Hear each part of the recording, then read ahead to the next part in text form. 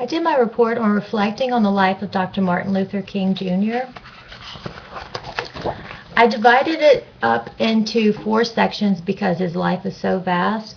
I divided it into early life, career and accomplishments, assassination and aftermath, and remembering the dream. In the first part of the book, I talk about his early life. He was born in Atlanta, Georgia in 1929. He was the first son and had 2 siblings, Christine and Alfred. He was a very dedicated student. He skipped both the 9th and 11th grades, and then he went to college at 15, and he went on, got his doctorate, got married, and had 4 kids. Here is his family and his birth home. He grew up in a world of racism and segregation. This was a tough time for African Americans, and so I just placed some pictures of segregated places, public places. This is a theater, a drinking fountain, and then a waiting room sign. I started his career and accomplishments with the Southern Christian Leadership Conference. In 1957, he organized the SCLC, and this would help to promote nonviolent protest using sit-ins and marches. And I did you know because he, upon the arrest of Rosa Parks, Martin and other civil rights activists retaliated with a citywide bus boycott. This resulted in 382 days of harassment, violence, and intimidation for Montgomery's African Americans. But at the end result was that they lifted the law of segregated buses in Montgomery. And I put a picture of the residents boycotting. My next page was the Did You Know? It was the code of conduct that they used for most sit-ins. Remember that these were nonviolent ways of protesting, so they would go into a restaurant and they would sit, and their code of conduct would be: do not strike back or curse if abused, do not laugh out loud, do not hold conversations with the floor walker, do not leave your seat until your leader has given you permission to do so. Do sit straight, always face the counter. Do report all serious incidents to your leader. Do refer information seekers to your leader in a polite manner. Remember the teachings of Jesus, Gandhi, and Martin Luther King. Love and nonviolence is the way. And here's a picture of the sit-ins in North Carolina. One of the next highlights of his career was the Birmingham protest. At the Birmingham protest, they were trying to end discriminatory economic policies. Basically, they had a series of sit-ins and marches, and Martin Luther King was arrested because he violated an injunction to prevent others from participating or organizing or promoting any kind of marches in Birmingham, and so he was arrested, and this is where he wrote his famous letter from the Birmingham jail. And by the end of the campaign, many segregation signs at Birmingham businesses were removed and public places became more open to all races. And here's a picture of some of the protests.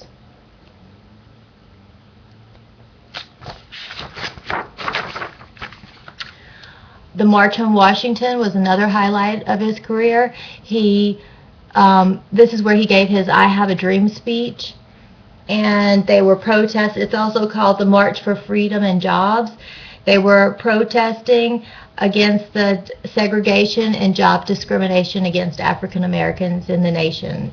And a year after this, he gave his speech in front of the Lincoln Memorial, and a year after this, the Civil Rights Act was passed, which made racial discrimination in public places illegal and required employers to provide equal employment opportunities. And I put a quote from his I Have a Dream speech at the bottom. The next one was the Selma to Montgomery protest. This was 3 protests that The first one was called Bloody Sunday because the protesters were brutally assaulted by state troopers and deputies. And there were 2 other marches that month. These marches started out of the voters' rights movement. And at the end of the protest, the Voting Rights Act was signed. Not too much longer, a few months later. I think this started in January, and on August 6th, the Voters' Rights Act of 1965 was signed, and this outlawed discriminatory voting practices in many southern states. I also had a did you know, because the route that the protesters took from Selma to Montgomery is now a National Historic Trail. And this is a picture of the sign. His assassination and aftermath. On the day before he was assassinated, he gave his last speech. It was called "I've Been to the Mountaintop," and he reflected on his life and the accomplishments in his career and at home. And I put a quote of something that he had said in his speech, and his quote said, "Like anybody, I would like to live a long life. Longevity has its place, but I'm not concerned about that now. I've seen the promised land, and I may not get there with you, but I want you to know tonight that we as people will get to the promised land." And remember, this was the day before he died. I put a picture of him giving his last sermon, and the did you know, King, I'm going to read it to you because it's kind of interesting. King reflected on an incident where an unstable black woman stabbed him at a book signing, nearly killing him. And the New York Times wrote that the wound was so severe that King would have died had he sneezed. Later, a 9th grade student wrote to King saying that she was glad he hadn't sneezed, and he used this reflection in his speech, which was part of "I've Been to the Mountaintop" speech. And he says, "I too am happy that I didn't sneeze, because if I had sneezed, I wouldn't have been around here in 1960 when the students all over the South started sitting in at lunch counters. If I had sneezed, I wouldn't have been here in 1963 when the black people of Birmingham, Alabama aroused the conscience of this nation and brought into being the Civil Rights Bill. If I had sneezed, I wouldn't have had a chance later that year in August to try to tell America about a dream I had." I thought that was an interesting little fact that I didn't know, and other people would be interested in. This is the page where it talks about the day he was shot, April 4th, 1968, and the aftermath. He was standing on the balcony of the Lorraine Motel, and I have a picture of the shooting right there, and he was shot in the neck just below the jaw. And he was in Memphis, Tennessee, supporting a sanitation rights strike. And he died an hour after he was shot. And the days following, many businesses closed down. The Academy Awards ceremony was postponed, and numerous sporting events. And on the 8th, he died on the 4th. On the 8th, his widow, Coretta Scott King, and other family members joined participants in the march for the sanitation, supporting the rights of the sanitation workers. And here's a picture of his funeral procession. You can see thousands of people behind the casket. And here is information about the person who shot Martin Luther King Jr. His name was James Earl Ray. He was a career criminal and an open racist.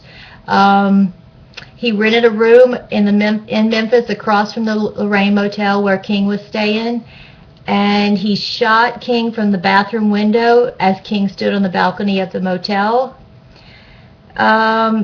He fled the scene, and he went missing for about 2 months, and then he was arrested in Heathrow Airport. This is a picture of his passport pictures and his arrest in Heathrow, and he died. He was sentenced to 99 years in prison, And this is what he looked like when at 70. He died at 70 in prison.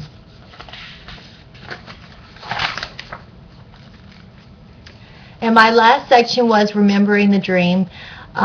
There's so many memorials on Martin Luther King, so I just chose 3 main ones. And the first one is the Martin Luther King National Holiday.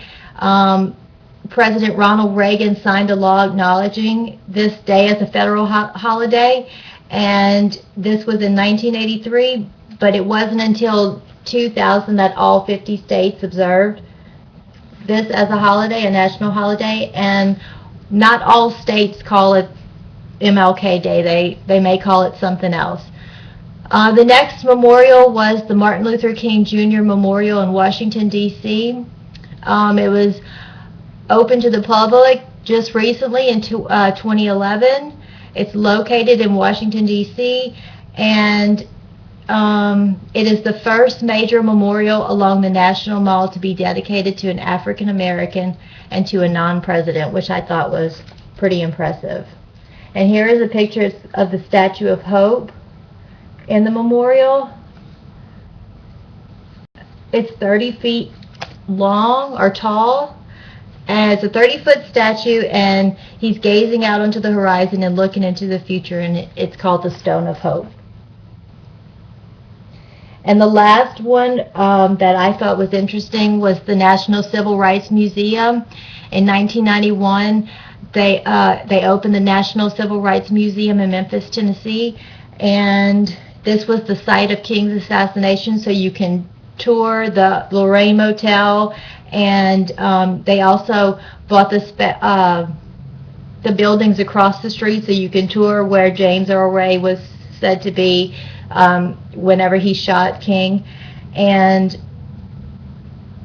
it was interesting. This is my did you know fact, was that the National Civil Rights Museum has also acquired properties that were facing the Lorraine Motel. In this acquisition, the museum gained the property rights to the police and the evidence files associated with the manhunt, indictment, and confession of the assassin of Dr. King. And this was the first ever that they acquired all of this property, all of this evidence, along with the property. And that was my book on Martin Luther King. I hope you enjoyed it.